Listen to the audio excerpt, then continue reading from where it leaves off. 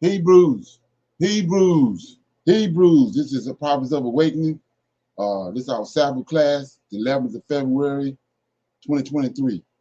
And so, what our topic today is, we'll be dealing with the Genesis Apocryphon.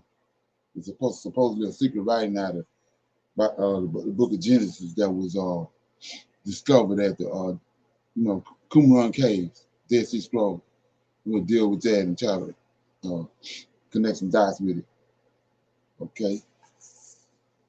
I'm asking everybody to go to our YouTube channel, Prophets of Awakening, and check out our videos. There's a lot of information given, and the videos will connect dots for you and bring you into the truth of the Holy Scriptures. And if you like what you're hearing and receiving, I'm asking you to like, share, and subscribe to the channel. It'll be greatly appreciated. Okay. For those that don't know, this is a non-Messianic channel. We deal with the Tanakh and the Torah. Tanakh is the Old Testament, the Book of Remembrance, and the Torah is the first 5 books of the Old Testament that was given to Moses at Mount Sinai. These are the books that we deal with. We don't subscribe to the New Testament. Shalom and welcome to Prophets of Awakening, and welcome to our Sabbath class. We're going to do our normal, which is a moment of silence, do a Sabbath prayer, read the Psalms. We're going to do some current events, try to stay up on the news, the need to know information, and then we'll go into some Q&A, and then we'll go into our topic for the Shabbat class, which is we'll be reading out of the Genesis Apocryphon. Okay? This moment of silence is for the Lord of hosts and all that he's doing to bring about our prophesied deliverance in these final hours of our captivity. Oh Lord, we come before thee this hour on the day that you have given us for rest on your Shabbat, praising you and honoring you because of your position both in heaven and upon the earth, the position in which the Creator Yahweh have given unto thee. And through your spirit and counsel, oh Lord, we have awakened. We have awakened to know who you are, who we are as a people, and who you are as our Savior and our Redeemer. We are thankful for all that you have done, and we are eagerly searching your scriptures out that we may be in the right place at the right time upon your arrival here at this planet. We love you. We seek you daily, O Lord. There is none else besides thee to redeem us. We see you in the affairs of the world, and we faithfully await your deliverance. Peace be unto you. Okay. These songs. Okay.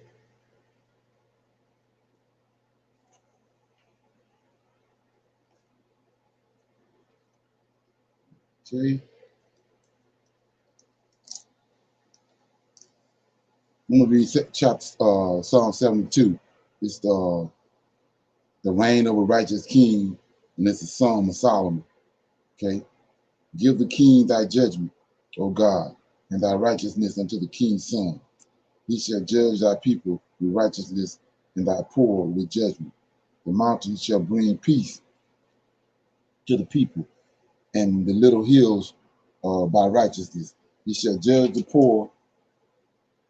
Okay, he shall judge the poor of the people, and he shall save the children of the needy, and shall break in pieces the oppressor.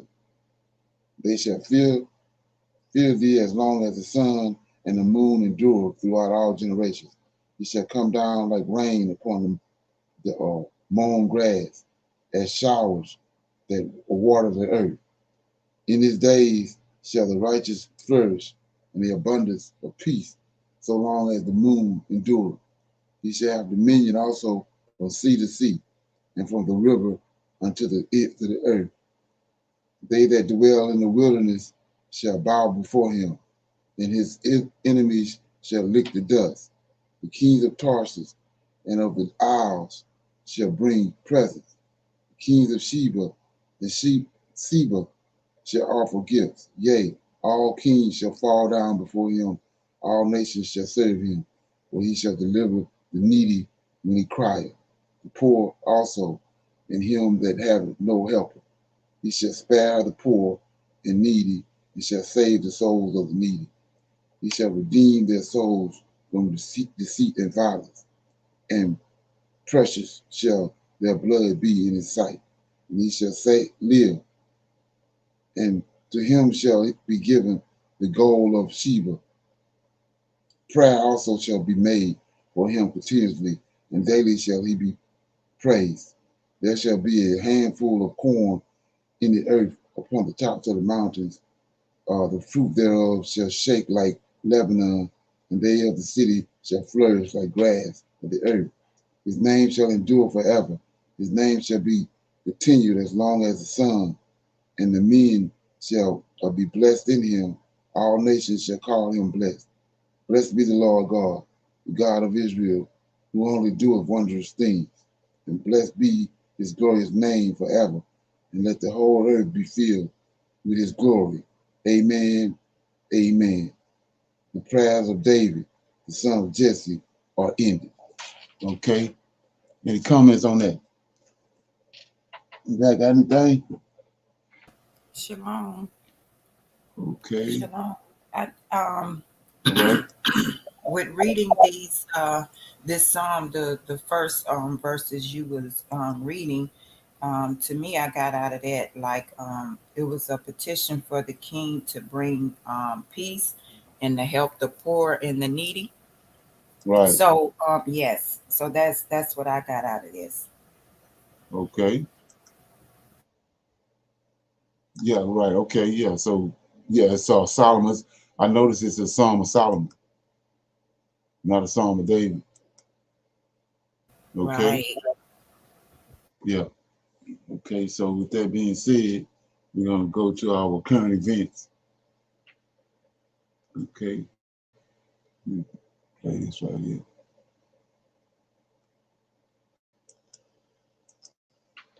What's up, family?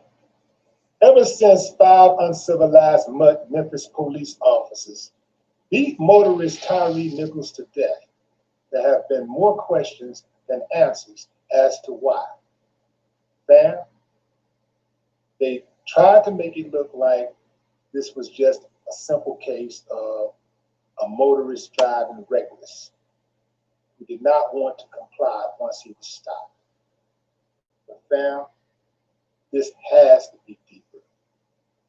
The way they dragged that man out of that car and talked to him like he was anything but a child of God,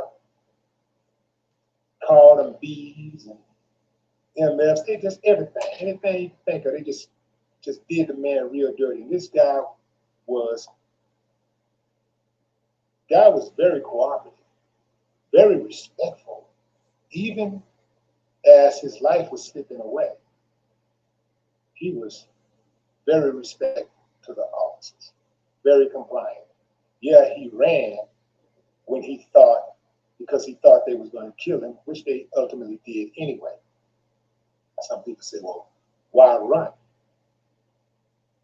Man, you don't know what you would do in that situation. But here's the deal, and I think it's very important for me to say this, because some people, I don't want to give you the wrong information, go out there and get yourself killed.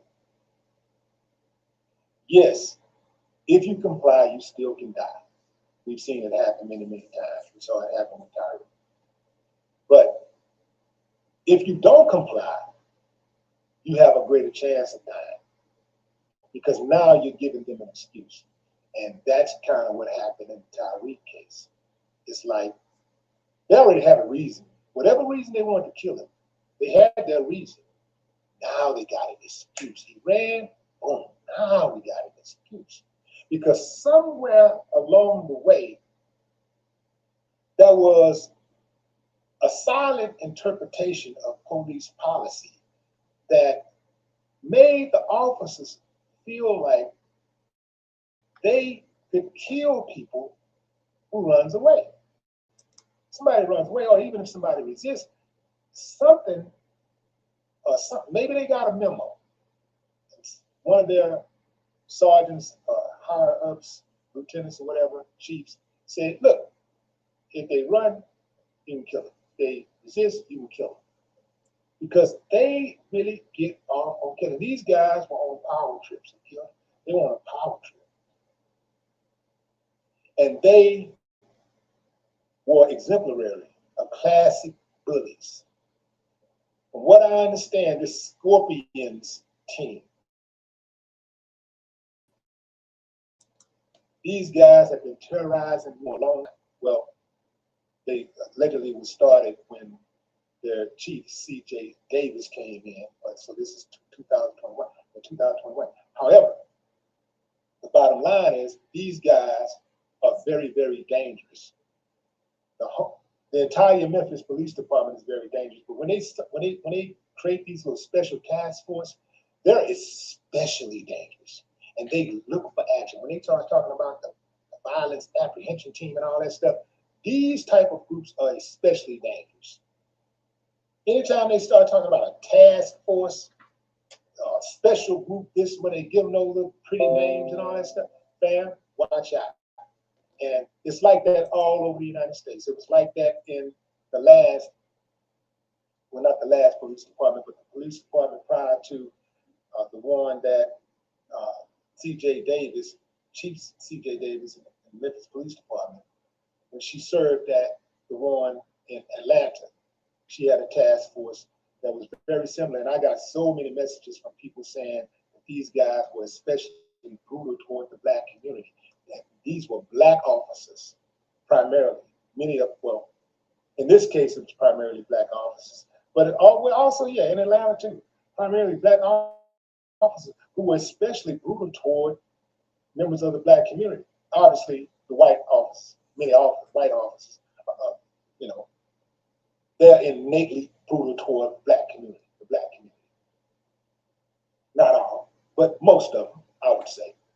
They're especially brutal toward the Black community. The ones who work in the Black community typically are very hyper aggressive when dealing with Black folks. It's like this is what they do. Now, going back to their aggression, the aggression they had towards Tyree, a guy who's very, in my opinion, weak. You know, I was like screaming for his mother. That don't sound like a guy who's dangerous to me. A guy who's screaming for his mother. They're asking the man to put his hands behind his back when they're holding his hands. And you know what I'm saying? When they're restraining him, they're asking him to put his hands behind his back. So they're saying all the little old code words that they like to use, like stop resisting, put your hands behind your back, put your hands behind your back, and they give you mixed signals, you know, like mixed commands. One's telling you to do this, the other one's telling you this, another one telling you to do this, and oftentimes they tell you, you get confused, you don't know what the hell to do. But the way that they did this, man, it was totally unnecessary. For them to go as far as they did, it had to be personal. Now, the father of Tyree said that the rumor about Tyree dating one of the officers' ex-girlfriends or wives or whatever at that age was not true. But at the same time, I take that with a grain of salt because parents don't always know what their children are up to and who they're hanging out with. They don't know. So, in any event, it's deeper than what we think, fam. And it's going to come out because we got 5 uncivilized mutts, including the other 2 or 3 white uncivilized mutts who are going to be held accountable for this. They're going to have to talk at least. They're going to have to save their own skin. And here's a... Okay. Any comments on that? Anybody hear anything else about it? Yes, Shalom. I mean, you have to know that it's more to the story than we know because of how extremely aggressive they were with handling him, right? So exactly. I don't know if you guys, heard about it, but the one officer, Haley, that was taking the pictures, when he was leaning up against the car, he shared the pictures with several people. So there was a reason why he did that. And like I said, it's gonna come out sooner or later. We don't know exactly what it is. We can assume it's over a woman. We can assume it's something else. We really don't know, and I don't think we're ever really know the exact story, but we know that it's more to it than just a simple arrest that went bad. Okay. Right. Yeah. Yeah. Like he was saying, what it's turned out to be is more than just Memphis. Like he was saying, they got black task forces all over America, strictly the police, the black community, terrorize the black community. That's one of the things that's coming out about it. Yeah. Okay. Yeah. So yesterday, I think it was Mike had brought up that thing about the Russians, the ships, Russian ships that was on the borders of the United States. I'm gonna play that. Okay, let me get it.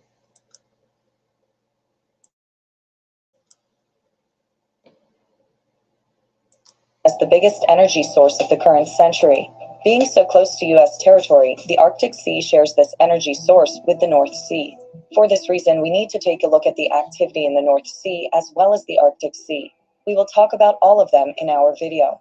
The movement of the Russian frigate Admiral Gorshkov, armed with Zircon hypersonic missiles, near the Washington coast, has put the U.S. Navy on high alert. The Russian warship is advancing into U.S. waters.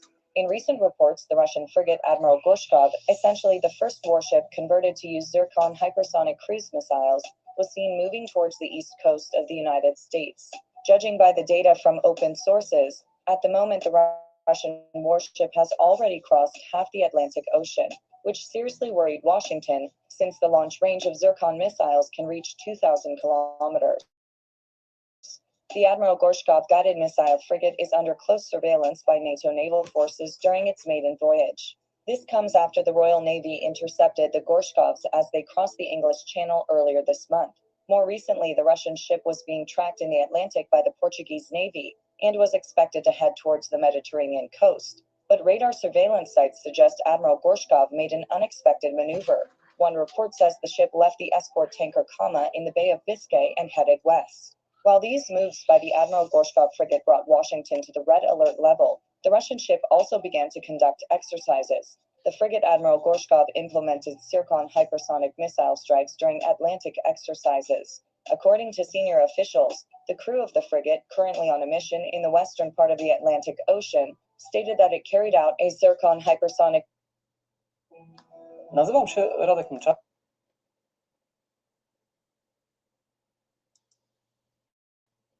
Missile attack on a target simulating an enemy warship at a distance of more than 900 kilometers. This is seen as outright intimidation. If we examine the last year, even the period before the start of the Ukraine war, Russia seemed inclined to send its hypersonic and nuclear missiles around the Arctic Sea whenever there was an escalation with the USA. Many of these crises later ended in silence, but there is currently an active war in Ukraine, and a Russian frigate entering Arctic Sea waters could pose a major threat to the United States. This was the first perilous encounter between the U.S. and Russian navies this year. However, over the past 6 months, the Russian Navy has alerted the U.S. Navy many times on the coasts of the USA and Alaska, and in the Arctic. In particular, submarines of the Russian Navy acted secretly in the Arctic, Canadian, and U.S. northern coasts. Between 1 and 3 nuclear submarines of the Russian Navy are currently thought to be in areas close to the U.S. coast or around Alaska. It can certainly be assumed that the reason for this activity is a scramble for control of the future energy reserves in the Arctic. As Ultimate Ukraine, we strive to deliver quality and satisfying content to you as quickly as possible, with our specialized professional staff. New satellite images show Russia expanding military bases in the Arctic, despite the war in Ukraine straining its resources. Satellite images show Putin's forces strengthening and expanding bases, with improvements to Arctic runways and the construction of a range of radar systems that can detect stealth planes. Making statements on the subject, NATO Secretary General Jens Stoltenberg said that there is an important Russian military buildup in the north. Stoltenberg confirmed that NATO has doubled its presence in the region in response to Russia's militarization in the region. Satellite images do not show extensive expansion, but do show that Putin's forces continue to strengthen and militarize the region as part of their defense plans. Experts say that with the ongoing war in Ukraine already wreaking havoc on Russian resources, the expansion in the Arctic demonstrates that this is key to Putin's long-term military strategy. Russia has long been strengthening and developing its military bases and infrastructure in the north of the country. It has... Okay. Any comments on that? Yeah, so look at that.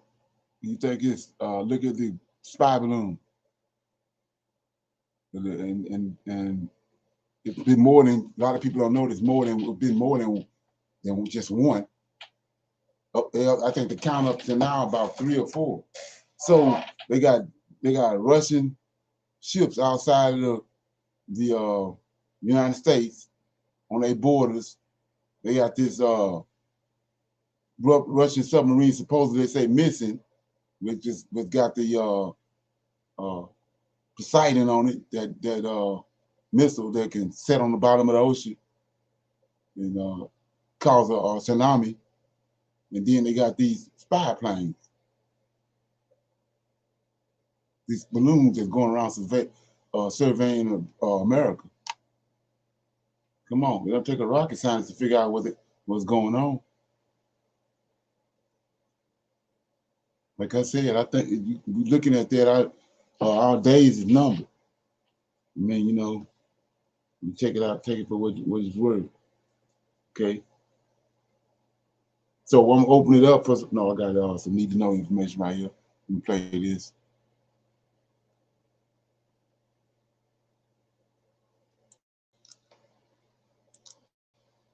Colorado are being treated unfairly, harassed, and this. Here it is. I'd like to say thank you, world, for sticking in there with me. The fight is not over. I've been informed this morning by a fellow service member that the police were called on us 5 times this past weekend for doing work on our land and performing while black. That's not a crime. Elijah McClain would still be alive to this day if it wasn't for somebody calling and saying that a black man is walking down the street. That's not a crime. None of that is a crime. Farming while on your own land is not a crime. The people that were out here this past weekend didn't deserve to be tormented and harassed by Gerhardt's goons. I guess I'm finna be facing charges. New charges are finna be coming down the pipeline on me for being on my own land.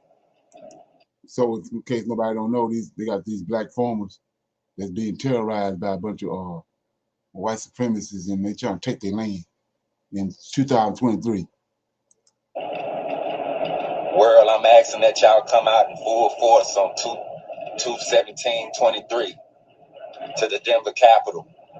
And we state our claim that the Karen Act be passed and put into law that make it a crime, a hate crime, to weaponize the police against people of color. That is Mr. Mallory. Mr. Mallory was arrested for felony stalking. All right, he was arrested on Monday, February 6th. And the bond was set at $6,000. Let's go to the next video. Please make the call. Gerhardt's goons are at it again. Gerhardt's goons are at it again. Farming while black in America. There's Deputy Hancock there with El Paso County Sheriff's Department. That's the vehicle 8306. He has not provided any information as to whether there's anyone else in the vehicle at this time. State Patrol appears to be. Yes, sir. Thank you. Thank you. We're still live here, world. Yeah. We're still live. Flood the lines of the Sheriff's Department. Gerhardt and his goons must be fired. He needs a lie detector test.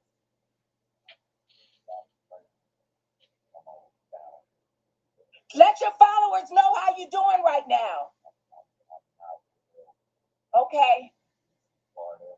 This is part of the the hate crimes and the false accusations that Officer Gearhart makes. That's right. And just so happened one of his goons are here, Hancock. Hancock is one of his goons? Okay. But Cantrell is going to take care of you, correct? You'll be in your care the entire time. I'll be the only one. Only one. You hear that, America? Courtney Wayne Mallory better come out of this unharmed. It's Black History Month and we still working. Put up Courtney and Nicole. Courtney and Nicole Mallory.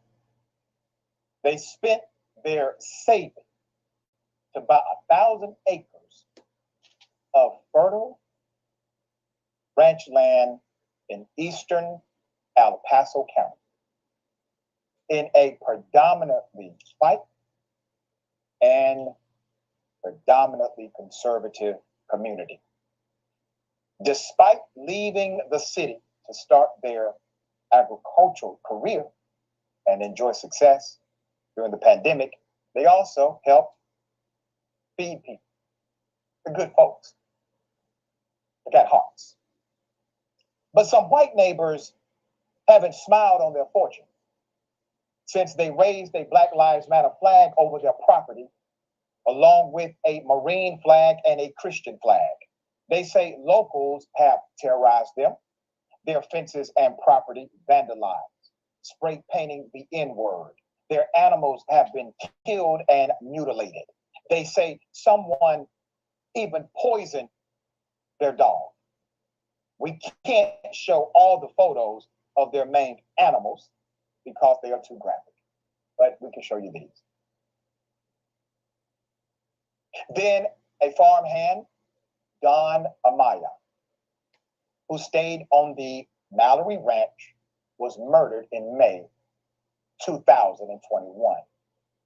Courtney Mallory told the Ark Republic that he was shot in the back of the head in a chicken coop, found with his pants down. Courtney Mallory also said he thought the killer likely mistook the worker for himself. Here is what Nicole Mallory told the Ark Republic about the killing on her property. A direct quote says, Don's murder was a clear message. It was gruesome. It was heinous, the way he was murdered. The police haven't given us any information. Let's put up the reporter who broke this story. Remarkable individual.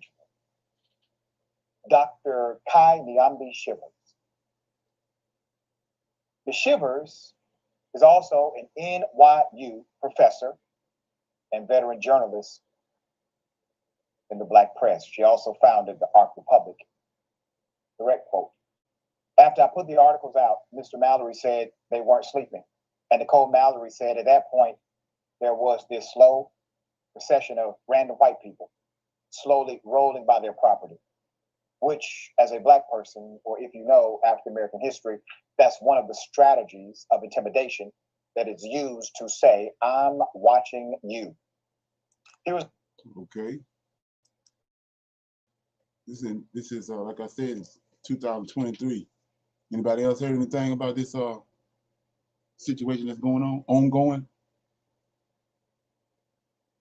Yes, I had kind of been following this story for a little minute. And what happened, they purchased this land in Colorado, and which is some good land. And so someone there tried to buy the land from them, and they refused to sell. So once they refused to sell the land, this is when all of this started with them, killing their animals, burned the chicken coop, destroyed their cameras on the property. They've even tried to run his wife off the road. I mean, multiple things has happened. But, I really want to say one thing, right? If this was flipped, right, you would have the animal rights people out there talking about, the way these animals are being killed and so forth. But Yeah. You know what I'm saying? You would have people showing up everywhere. You know, this is cruelty, so forth, so forth. But since this is happening to the black people, nobody's seeming to even do anything. So the sheriff is working along with the citizens to try to, you know, to get him to shut down, sell the land, leave, or whatever. And then they keep arresting him for whatever reasons, just making up bogus charges. Right. That's how they operate. Yeah, like look what they did with Michael Vick. And did some. Exactly. Right. Okay. Yeah. So I'm just letting everybody be aware of it. Maybe you want to try to track that and check it out, see what's going on with it. Okay. So with that being said, I'm opening it up for some questions or comments. Anybody got anything they want to put on the table? We can talk about it. Try to write it about it. Brother Leonard, I wanted to point out something about the this last video you just played when the wife was saying, hey, you know, he's going to be in your care, right? You're going to take care of him, right? This goes back to, you know, memory of some slave movies that we've watched, is that when they come to, you know, arrest a black man, right? There's one good white guy in the group that says, I'll take care of him. I'll make sure, you know, he's okay, Right. nothing happens to him. You know what I'm saying? It just, this is all happening in 2023. So times Right. has not changed at all. You know what I'm saying? With the way Right. that we are being treated. You know, they Right. think that we don't deserve or we can't afford something or we should not be doing something. And then all of a sudden we are under this, you know, evil attack, you know, from our oppressors. So yeah, that's what I was thinking about when she kept saying, he's gonna be okay, right? He's in your care. You're gonna look after him. You know, it's Right. man, yeah. Exactly. Right. Yeah. So that's like I said, go back and look at this big old statement they made that about 2019 supposed to be the 400 years supposed to be up, but 4 years later, this kind of stuff still happening. Matter of fact, it escalated. Okay. So somebody saying, let me get it. Says that Elijah did come when. So you gotta look at that, and you'll see that Elijah was taken, just like Enoch was taken. Enoch didn't die; he was taken. Elijah was the same way. So when you say it's prophecy that Enoch is going to return from when he was taken. He's going to come back at the time of when the Lord of hosts turns our captivity. So that's what that's referring to. So anyway, it's in Malachi. You go to the book of Malachi, and this is what prophecy. Right. So get it. Yeah, Malachi. Chapter last. This matter of fact is the last couple of verses in the Old Testament. Tonight, I'm gonna start at verse 4, chapter 4, verse 4. Remember ye the laws of Moses, my servant, which I commanded him in Horeb for all Israel with the statutes and judgment. Behold, I will send you Elijah, the prophet, before the coming of the great day of the Lord. And he shall turn the hearts of the fathers to the children, and the hearts of the children to their fathers, lest I come and smite the earth with a curse. So verse 6 says, and he shall turn the hearts of the fathers. That's Ezekiel 37. It was already prophesied. All our forefathers knew they was going to get resurrected. They didn't need nobody to die for them to come back. They was promised that they was going to be resurrected. That's what Ezekiel 37 is about. That's our fathers, and we, the descendants that's here, that's on the earth now, are the children. So that's the purpose of Elijah coming back. Like what we doing now, trying to connect all these dots. Well, he's gonna bring our forefathers back. Then they're not throwed off like we are. They're not missing no information. So Elijah's job is to bring our when he resurrects our forefathers to reconnect us to our descendants after he resurrected. And another example that is right here. Let me get it. So Isaiah 66. Let me get it right quick. Yeah, Isaiah 66. So it says, Isaiah 66 says, I start at verse 5. Hear ye the word of the Lord, ye that tremble at his word, your brethren that hated you, that cast you out for my name's sake, said, let the Lord be glorified, for he shall appear to your joy, and they shall be ashamed. So when he come back, including Elijah, when they come back, we're going to rejoice, but they're going to be ashamed. That's what he's saying. So 6, a voice from the city, a voice from the temple, a voice of the Lord that rendered recompense to his enemies. Before she travailed, she brought forth. Before her pains came, she was delivered of a man child. So this before he resurrected our forefathers in Ezekiel 37, he resurrected David. David is buried in Zion.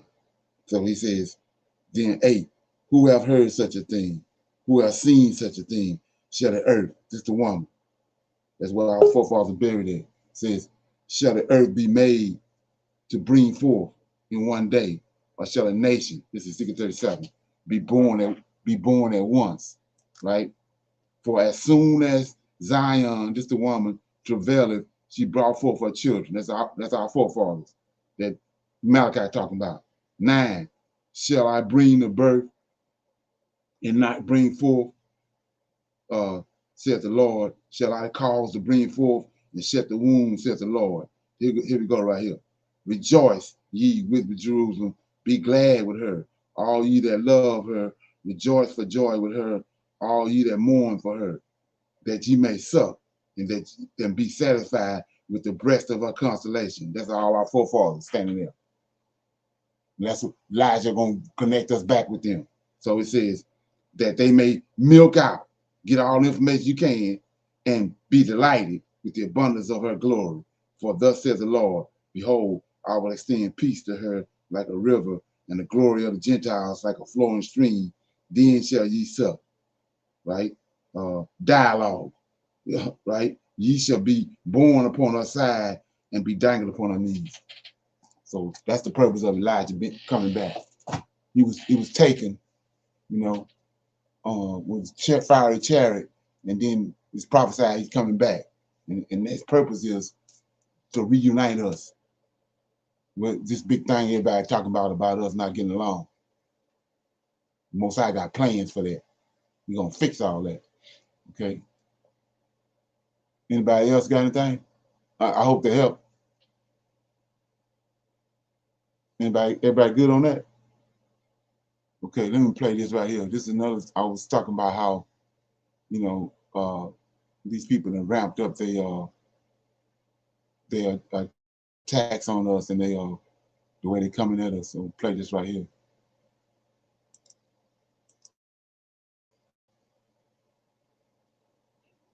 Ladies and gentlemen, a neo-Nazi and a woman from Maryland had plans to destroy the city of Baltimore.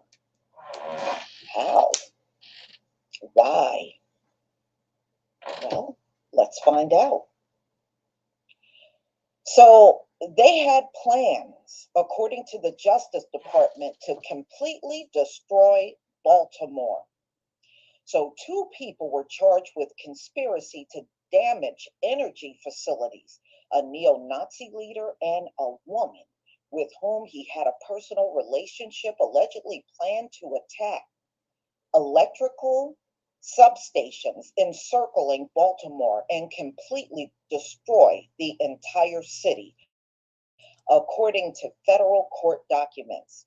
The Justice Department has charged Brandon Clint Russell and Sarah Beth Clendaniel with conspiracy to damage energy facilities, alleging that the Maryland-focused plot was driven by ethical and racial motivation, extremist belief.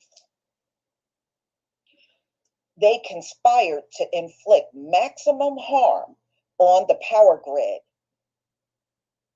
So this is according to the FBI field office in Baltimore. During a news conference on Monday, they accused that they were saying these folks were not just talking. These accused were not just talking.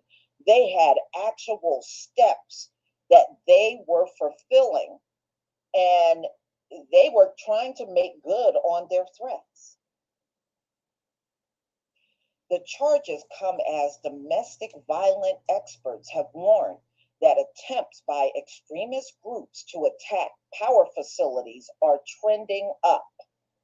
Clem Daniel will make her initial appearance at Baltimore's federal courthouse on, look like it is 2 p.m.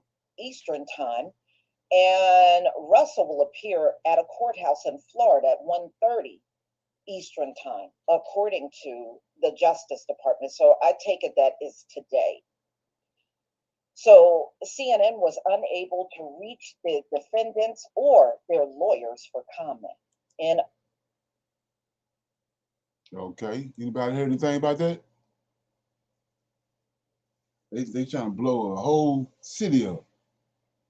And the lady was telling you how it's escalated. We know a couple of last year they tried to kidnap the bunch of neo-Nazis tried to kidnap the mayor. I think it was Washington, D.C. Not Washington, but the mayor in it was one of those states up in the Midwest. So they getting out of hand. It's already, it ain't no secret how they feel about us. Okay. Anybody else have anything else they want to talk about before we move into the class? Okay, yeah. So get your popcorn, tie your shoes up, because this right here is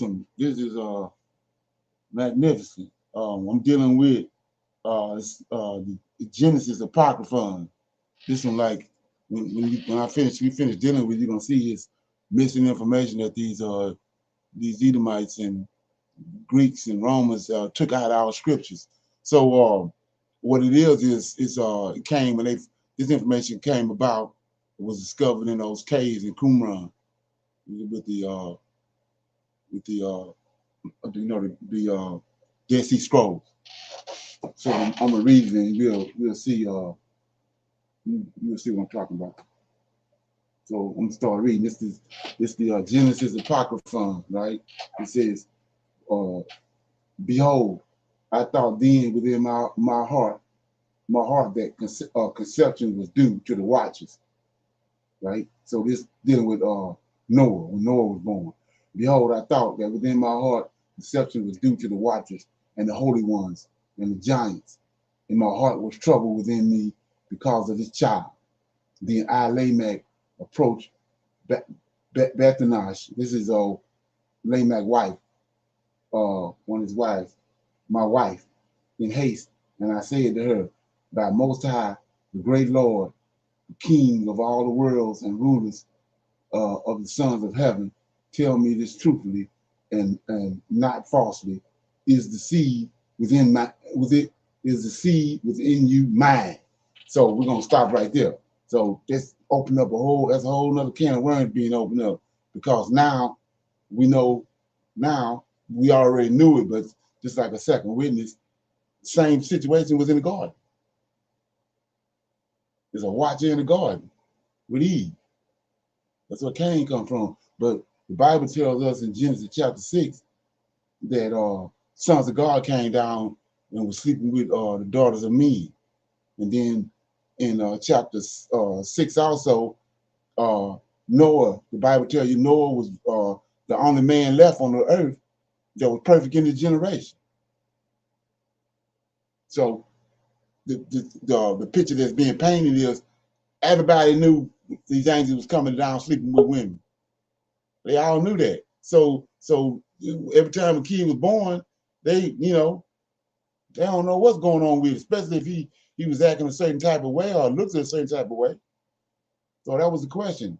So Noah, Lamech asking his wife, did you sleep with an angel? Did you sleep with one of these angels? Is a child mine, or is he for the angels? But you know, they want to say this conspiracy theory, but just off of this little paragraph right here, we see that this was the setting during the time of Noah and around that area, around that time. This is the reason why the flood came, right here. So then it says, then Bethlehem, my wife, spoke to me with much heat and said, she pissed off with much heat and said, oh my brother, oh my Lord, remember my pleasure, right? That's when they enact the line together and my soul within my body, all, and I tell you all things truthful. My heart was then greatly troubled within me. And when I can't even say her name right, Bethanash, my wife, saw that my countenance had changed. Then she mastered her anger and spoke to me, saying, my Lord, oh my brother, remember my pleasure. I swear to you by the Holy Great One, that's Michael, the King of the heavens, is the King of the heavens, that this seed is yours, and that this conception is from you. This fruit was planted by you, and not and by no other stranger or watcher or son of heaven. Why is your countenance thus changed and dismayed? And why is your spirit thus distressed? I speak to you truthfully. So let's look at that. So she told him, first of all, she controlled her anger, controlled her way she talked to him. Let's look at that. My heart was then greatly troubled within me, and then Bathsheba, my wife, saw that my countenance had changed. Then she mastered her anger. She got right. She ain't talking to me in any kind of way. And spoke to me, saying, oh my Lord, oh my brother, remember my pleasure.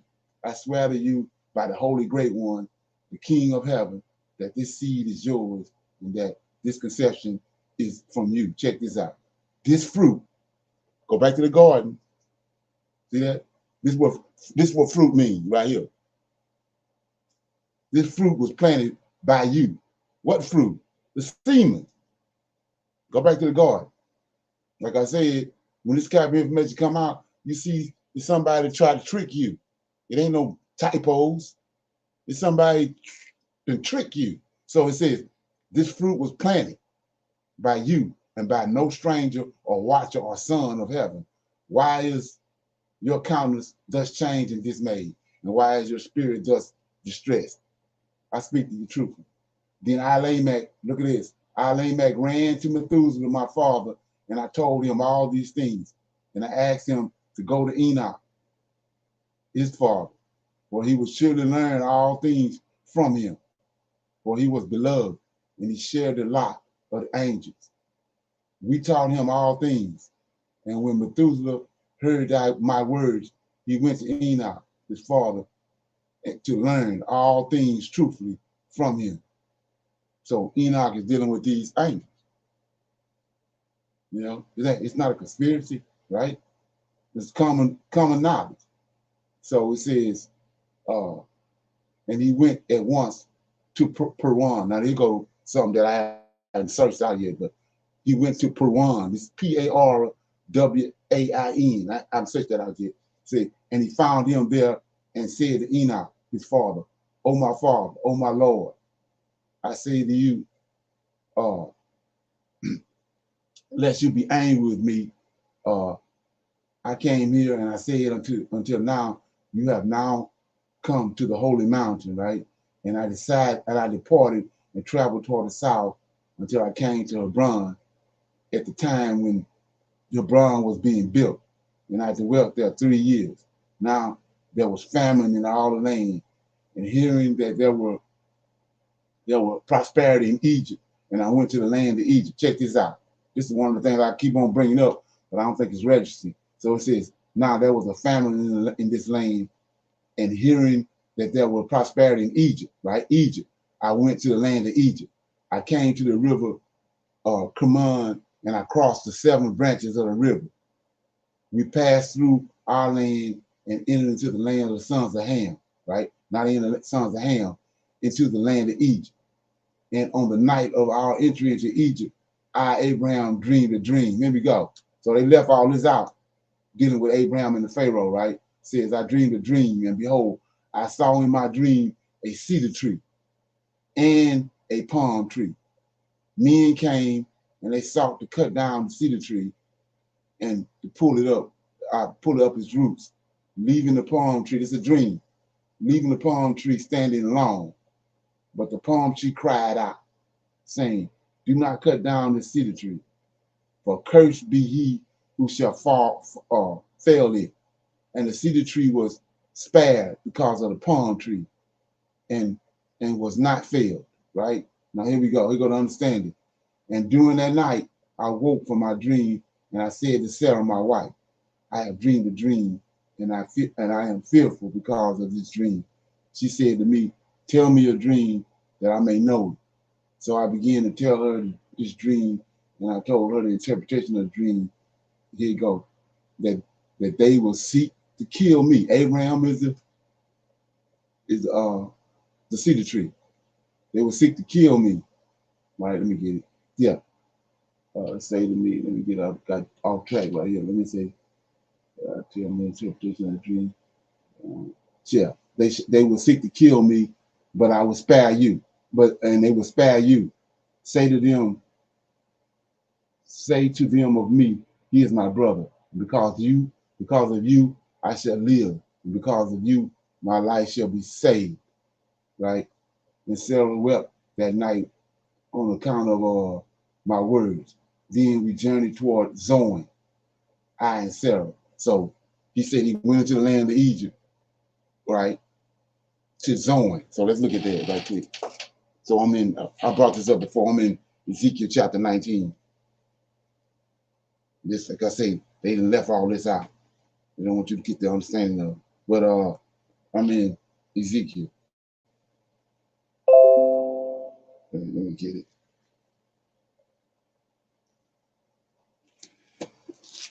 Give me a minute. Yeah, 19.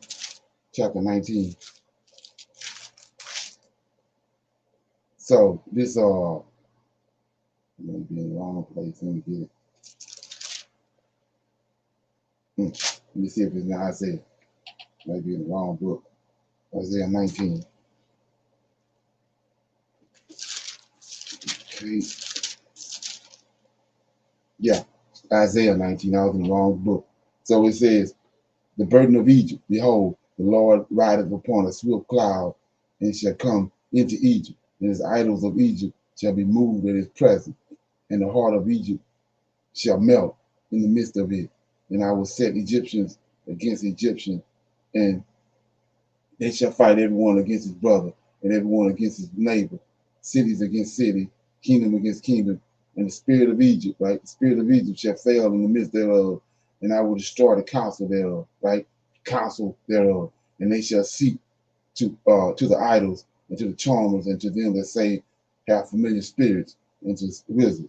And the Egyptians will give over into the hands of the cruel Lord, and fierce kings shall rule over them, said the Lord of hosts.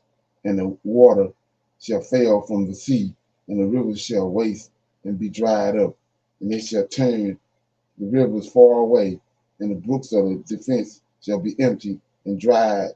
Upon the reeds of the flag shall they wither. The paper reeds by the brook, by the mouth of the brook, and everything sown by the brook shall wither and be driven away and be no more. The fishes also shall mourn, and all I'm going somewhere, and all they that cast angles into the brooks shall lament, and they that spread nets upon the waters shall lament. Moreover, they that work in the fine flex, and they that weave network shall be comforted, and they shall be broken in the purpose thereof, all that make slices and ponds for slushes and ponds for fish. Surely, here you go, the princes of Zoan are fools. The counsel of the wise counsels of the Pharaoh is become brutish. How ye say unto the Pharaoh, I am the son of the wise, the son of the ancient kings. So these giants, but they all located in Zoan. That's the seat seat of Egypt is Zoan. But how many people know that? So let's keep going. So he says, surely the princes of Zoan are fools. The counsel of the wise counsel of Pharaoh is become brutish. I'll say ye unto Pharaoh, I am the son of the wise, the son of ancient kings, giants. Wherefore are they, where are the wise men? And let them tell thee now, and let them know that the Lord of hosts have proposed upon Egypt. The princes of Zoan are become fools. The princes of Nu, see that? All these, this is the council of Egypt, the giants. God, they come from the fallen angels. The princes of Zoan are become fools. The princes of Nu are deceived. They have also seduced Egypt, right?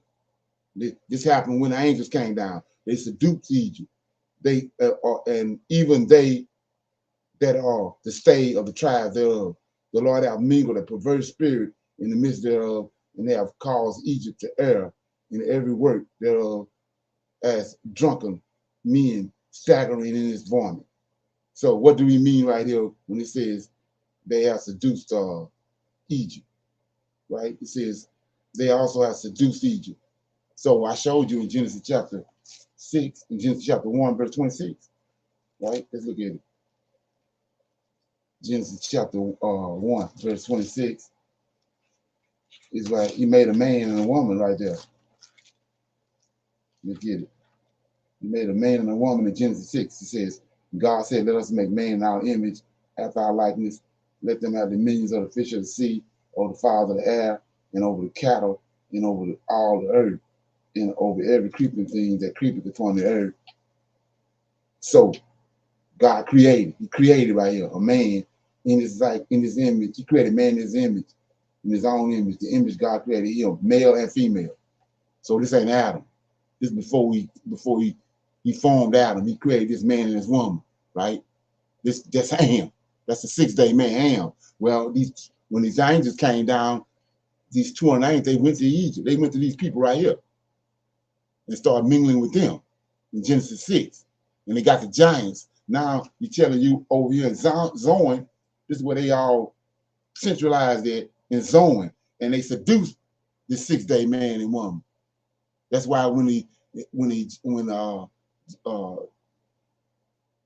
Jacob left, when the Lord of hosts came and delivered them out of Egypt, it's a mixed multitude followed them because they were originally subject to Adam's seed. But when these 200 angels came down, created these giants took them away from the council of Adam's descendants, seduced them. But like I said before, nobody knows all that because they don't even believe no angels that came down slept with no women. They don't even believe there's no giants. These people didn't hear all that information. But we see right here, reading this, it was common knowledge. All this was going on. So anyway, I'm picking back up. It says, then we journeyed towards Zoan, I and Sarah. And when those 5 years had passed, 3 men from among the princes, see that? These giants, from among the princes of Egypt came and at the command of Pharaoh of Zoan to inquire after my business and after my wife. See that? So they taking wives, right? It says the sons of God came down and slept with the daughters of men, right?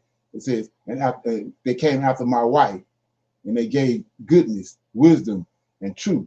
And I explained before them because of the famine, and they came and ascertained with much food and drink and wine.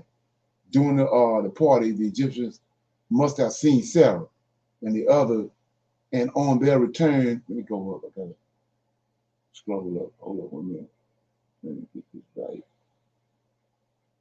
Okay. Said during the party, the Egyptians must have seen Sarah, and on their return, they praised her to the king, saying, how beautiful is her face, how fine are her hairs of her head, how lovely are her eyes, how desirable her nose, and all the radiance of her countenance. This is how the women looked back then. the Israelite women. Okay, how fair are her breasts? How beautiful? Look at this, all her whiteness. That's a plug. How pleasing are her arms, and how perfect are her hands, and how desirable all the appearance of her hands. How fair are her palms, and how long and splendid are her fingers. How comely, right, are her feet. How perfect her thighs. No virgin or bride led into the marriage chamber is more beautiful than she, right? You know how they flipped out on Joseph. She is fairer than all other women, truly. Her beauty is greater than theirs, yet together with all this grace, she possesses abundance of wisdom. See that? So that whatever she does is perfect. And when the king heard the words of Harkanash and his two companions, for all three spoke as with one voice, he said he desired her greatly and sent out uh, at once and took her. After seeing her, he was amazed by all her beauty, and he took her to be his wife. But me, he sought to kill. Sarah said to the king, he is my brother. And so Abraham, was spared because of her and was not slain. And Abraham wept aloud that night, I and my nephew Lot, because Sarah had been taken from me by force. All this in the scriptures.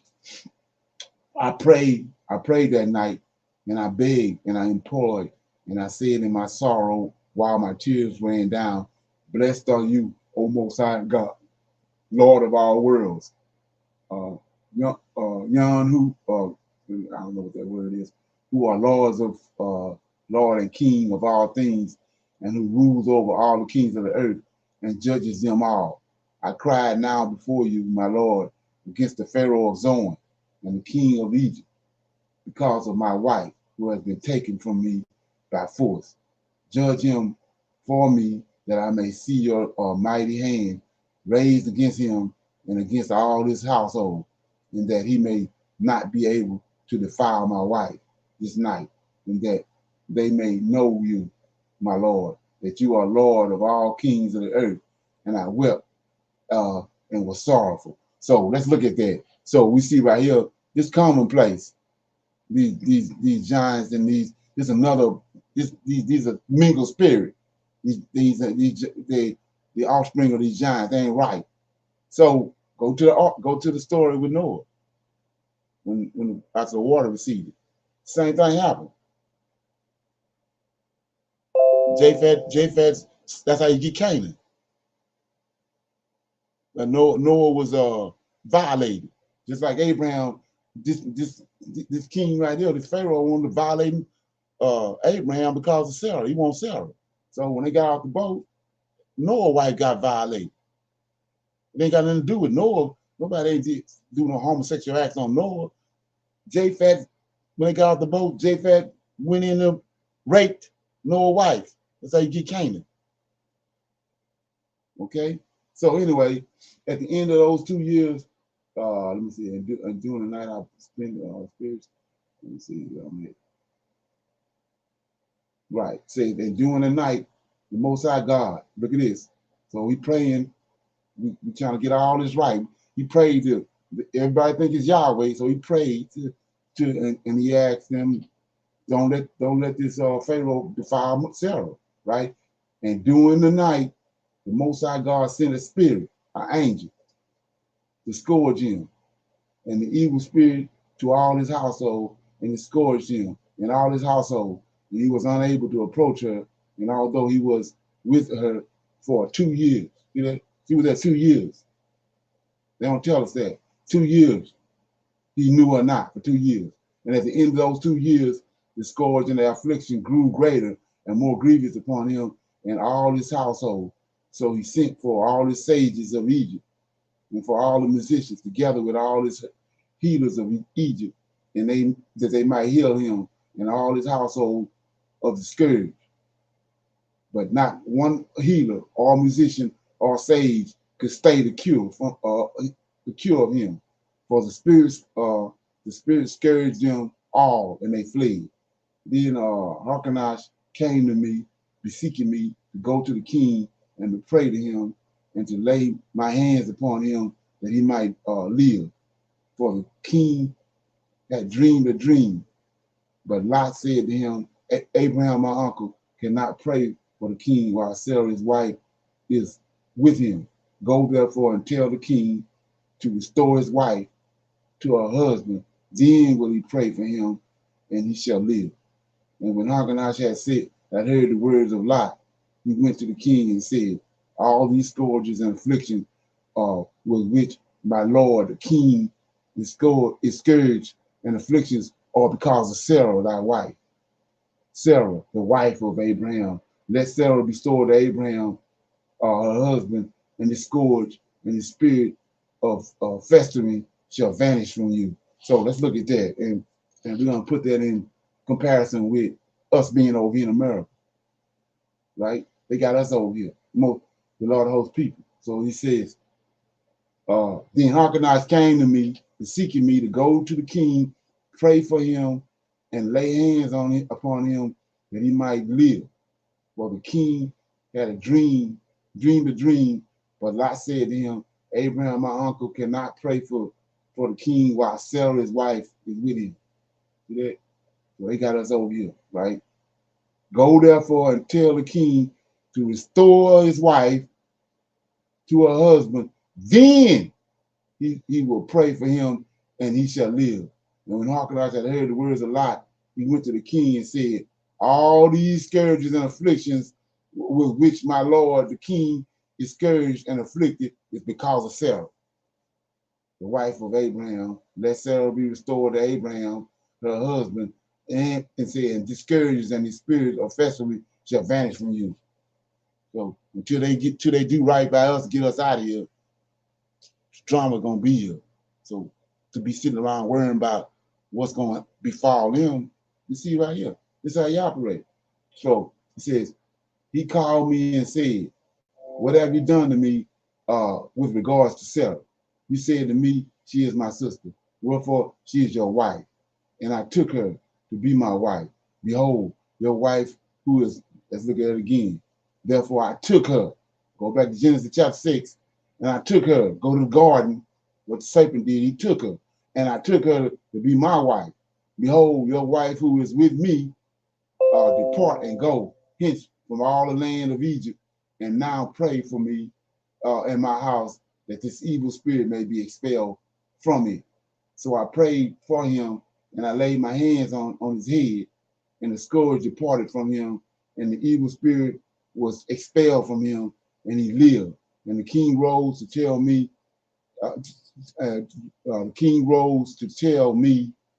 he had given her much silver and gold, and much raiment of fine linen and purple, and he appointed men to lead me out of all the land of Egypt.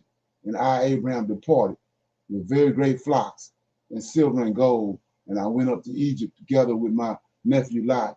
Lot had great flocks also, and he took a wife for himself from among the daughters of Egypt. Okay. I pitched my camp in every place in which I have formerly camped until I came to Bethel, the place where I built an altar. And I built a second altar, and I laid on the sacrifice and the offering to the Most High God. And there I called the name of the Lord of the worlds, and I praised the name of God and blessed God. And I gave thanks before God for all the riches and favor which he bestowed to me.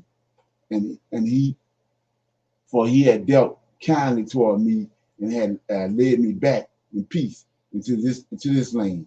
After that, Lot departed from me on account of the deeds of our shepherds. He went away and settled in the valley of Jordan, together with all his flock, and I myself added more to them. And I kept his sheep and journeyed as far as Sodom. And he bought a house for himself in Sodom and dwelt in it. But I dwelt in the mountains of Bethel, and it grieved me that my nephew Lot had departed from me. And God appeared unto me in a vision at night and said to me, go to Ramah Hazor, which is north of Bethel, the place where you dwell. Then lift up your eyes. Check it out. This big right here. and God appeared unto me in the vision. This the 400-year prophecy, Genesis 15. God appeared unto me in a vision at night and said to me, go to Ramoth Gasher, which is north of Bethel, the place where you dwell, and lift up your eyes and look and see east and west and south and to the north, and behold, all this land which I gave to you and your seed forever. So what is this revealing? This way he took Abraham, this way he took Moses. He took Moses up on the same mountain. Told Moses, allowed Moses to look at the land, but Moses couldn't go over. He killed him on the mountain. But before that, Moses is a descendant of Abraham. So before that, he took Moses up there. See that? And he told Moses, your descendants gonna possess this land. So we ain't talking about no America. 400 years is the 400-year prophecy in America. Look at it. He says, and God appeared to me in a vision at night and said to me, go to Ramoth Hazor, which is north of Bethel, and a place where you dwell, and lift up your eyes. This is what he told Moses. Lift up your eyes and look to the east, to the west, to the south, and to the north, and behold, all this land which I give to you and your seed forever. So he showed Moses that. And so it came to pass when they received the land, when he showed them Moses. And then Joshua went over and got the land, the same land. So the next morning, I went up to Ramoth Gaza, and from that high place, I beheld the land from the land of River Egypt to Lebanon to Shinar, and from the Great Sea to Huron, and all the land of Gebal as far as Kadesh, and all the great deserts, the east of Haran and Shinar as far as Euphrates. And he said to me, I will give all this land to your seed. You know what I'm saying? And they shall possess it forever. Moses and Joshua and them came in, killing all the giants. That's when they possessed it. They ain't talking about in the future. Say, and I will multiply your seed like the dust of the earth, which no man can number. Neither shall any man number your seed. Rise and go. Behold, the length and the breadth of the land is yours. And after you, I will give it to your seed forever. Right? And I, Abraham, departed to travel about and see the land. And I began the journey at the river Gihon and traveled along the coast of the sea until I came to the mountain of Taurus. Then I traveled from the coast of the Great Sea, Salt Sea, and journeyed toward the east by the mountain of the Bull across the breadth of the land until I came to the river Euphrates. I journeyed along the Euphrates until I came to the Red Sea, Persian Gulf, in the east. And I traveled along the coast of the Red Sea till I came to the tongue of the Sea of Reeds. What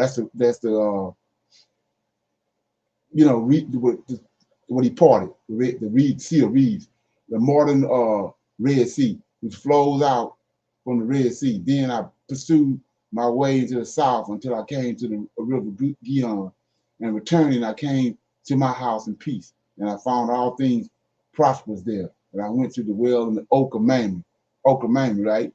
What that said, Genesis 18, right? I told you that's a giant name. That's his name. That's where he dwelled at.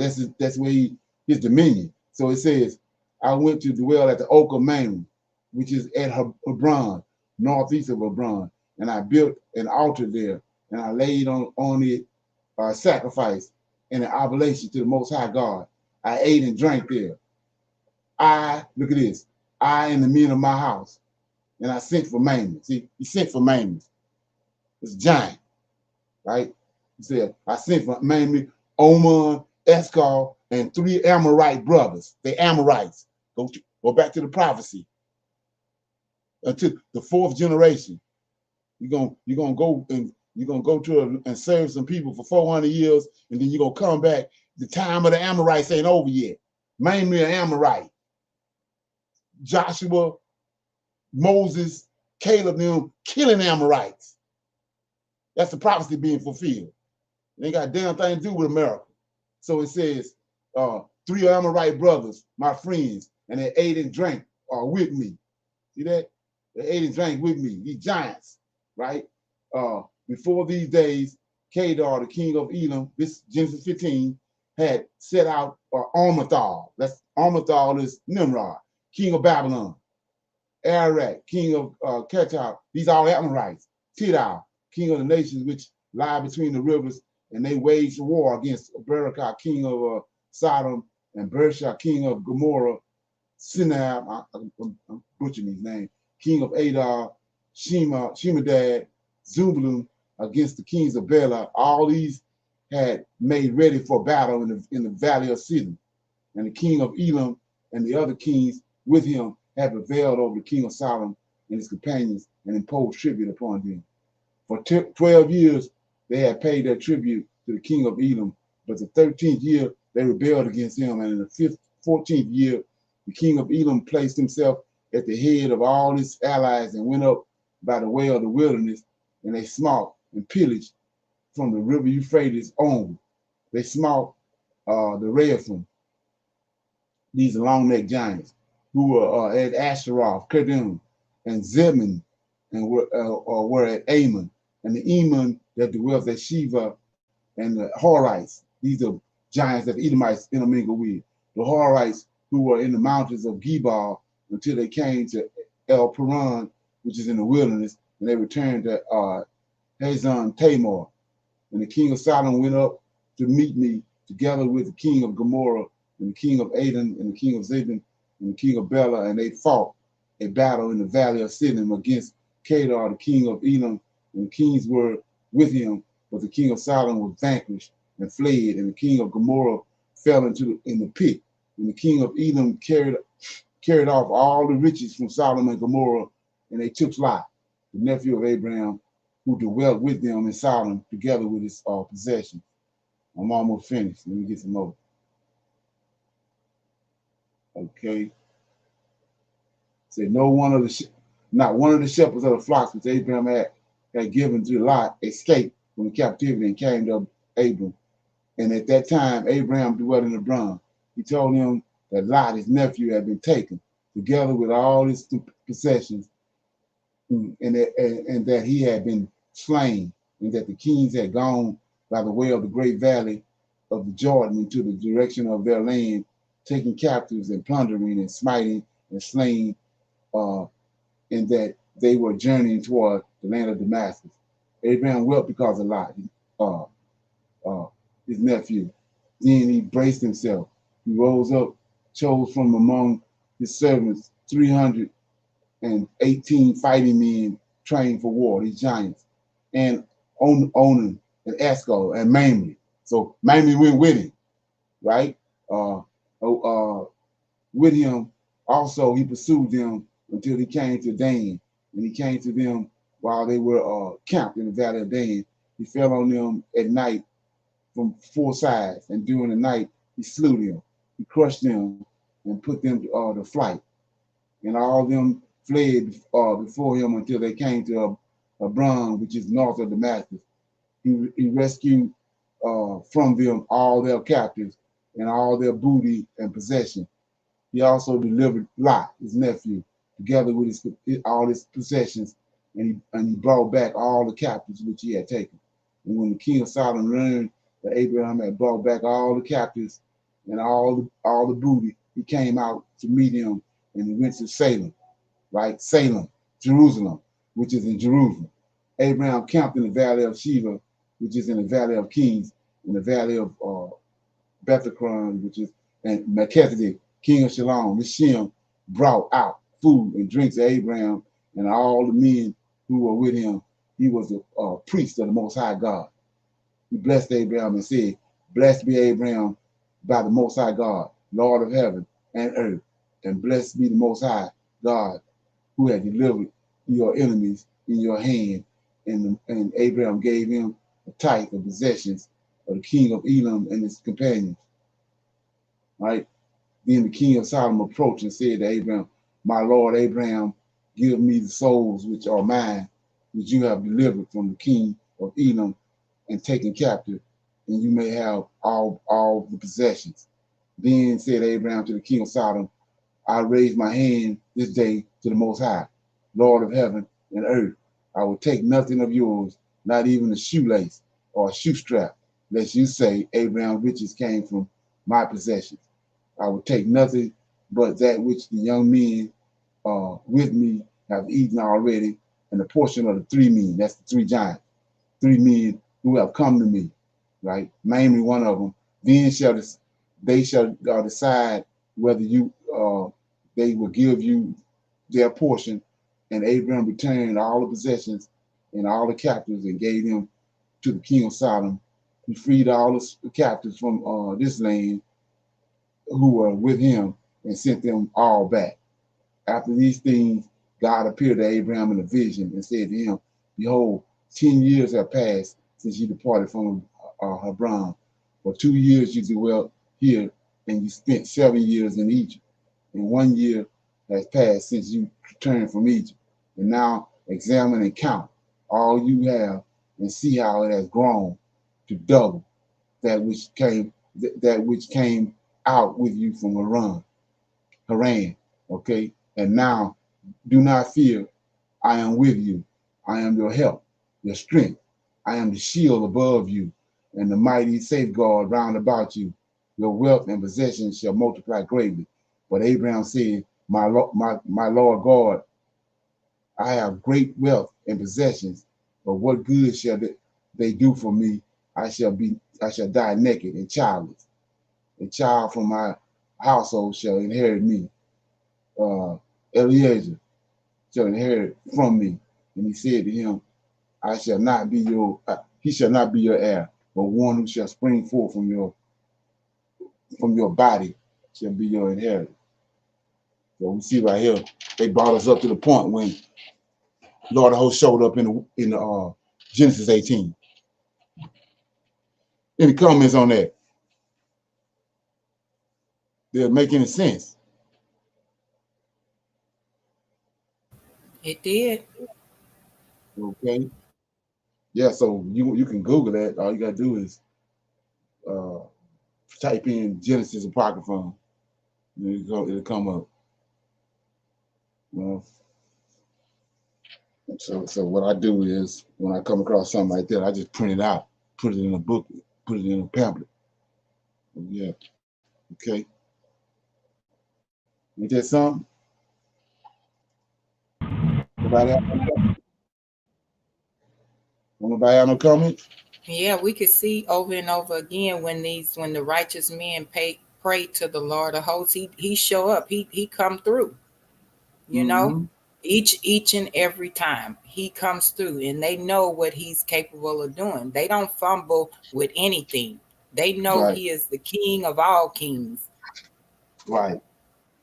So like I was saying before, you see how they didn't change the whole setting of what was really going on back then. So like I said, he gonna resurrect our forefathers. They know all that. They ain't thrown off like us. That's the purpose of Elijah. They know all, they're gonna rise the same way they went down with the same knowledge. So that's the purpose of us coming back to them. Him taking us back over there to them. And all the holes and the gaps and all the lies gonna fall to the ground. Ain't that something?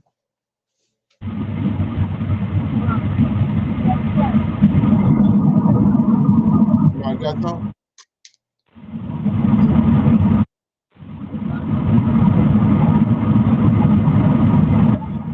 Let's do sure. No, I got no. It's like you're driving or something. I can't hear you.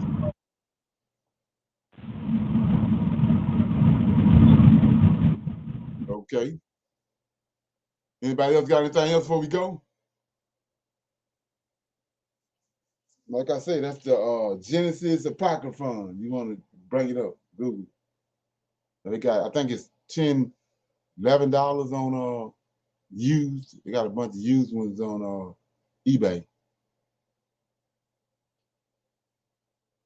Okay. Nobody have none. I'm gonna say first of all, yeah, I keep on saying I wanted to the people that was donating, I appreciate it. I mean, I wanted to let you know I ain't just not appreciative. I'm appreciative of that. So It come in handy when we start, you know, doing these certain things, getting these conference lines and all that. Yeah. So I just want to say shalom, shalom, and another shalom. Shalom, everybody. shalom, fam, shalom. All right. Shalom, everyone. Okay.